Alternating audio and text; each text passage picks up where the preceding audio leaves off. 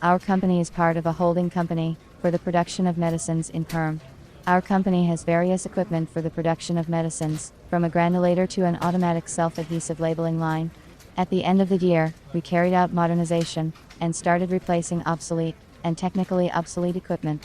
I have been working as a chief engineer for 15 years, and I know all the technological processes in the company very well. I chose new equipment to replace the technically unsuitable one myself, coordinating it with the management before purchase. It was not an easy job. There is a lot of equipment on the market, many processes have changed and become automated. In pharmaceutical production it is very important to control the quality of raw materials and finished drugs. Plans for modernization included the purchase of a blistering machine, which is used for automatic formation of cellular packaging from PVC roll material. The machine automatically fills the cells with gelatin capsules. After the cells are filled, the equipment seals the surface of the blisters with aluminum foil. The main effect on the capsule shell is moisture.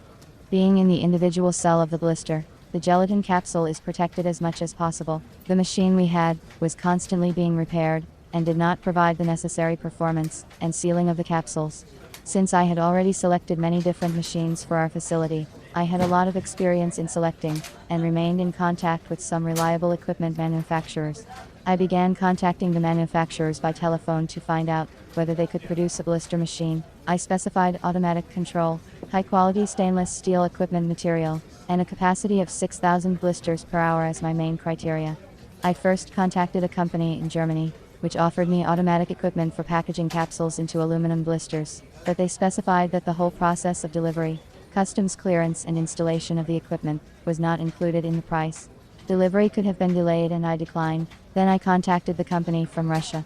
She said that they do not make this type of machine, but if we can wait, they are willing to design and manufacture a blister machine, but it will not be until next year. I was not prepared to wait that long, since I could not find a manufacturer of automatic equipment for packaging capsules into PVC blisters. I decided to take a different route and consult with professionals who work in the pharmaceutical equipment supply industry, and maybe suggest another machine option. I searched on the internet for an intermediary from Russia, because I once had a bad experience delivering equipment from a Chinese intermediary, when a powder filling line was brought to us, but there were no installation documents or technical passport. It took us a long time to set up the line. We consulted with the manufacturers on the phone, although they were reluctant to talk to us. I chose 3 vendors online. I looked at the firm's time in the pharmaceutical supply market, the company's website, and the machine's delivery terms as criteria. All the companies I called to make sure of the professionalism of their managers. A specialist from one company said to wait for 5 minutes, but she never listened to me.